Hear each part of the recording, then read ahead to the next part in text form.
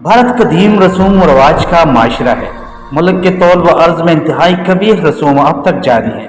कहीं कोई ऐसा कबीला रहता है जिसमें जिस्म फरोशी बिल्कुल जायज़ है और औरत की इज्जत फरोख्त करने में बाप भाई बेटे सभी अपना अपना किरदार अदा करते हैं।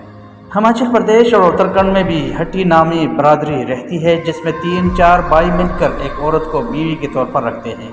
औरत की शादी तो किसी एक मर्द से होती है मगर उसके तमाम भाइयों से बीवी की हैसियत से बरतते हैं। हट्टी बरादरी के लोग ऐसा क्यों करते हैं? किसी भी कबीह रस्म को दुरुस्त करार देने के लिए इंसान 2 तरह के जवाज़ गढ़ता है। हट्टी बरादरी का भी यही मामला है। एक वजह ये बयान की जाती है कि जिन इलाकों में ये बरादरी रहती है वहाँ गुर्बत बहुत ज़्यादा है।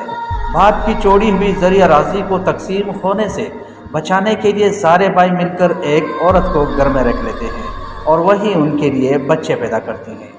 महाभारत में द्रौपदी का जिक्र मिलता है जिसने 5 पांडु भाइयों से शादी करके उन्हें कोलियों से लड़ने के लिए तैयार किया था।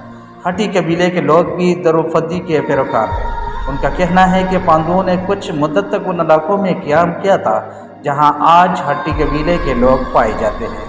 वाज़ेह रहे कि हिंदुओं की मुक़द्दस कुतुब में जिस बड़ी लड़ाई यानी महाभारत का जिक्र मिलता है उसका मैदान मौजूदा भारत की रियासत हरियाणा में पाया जाता है।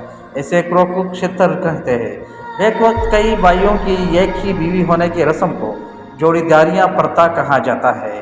अंग्रेज़ी में इसे पोलंडरी कहा जाता है।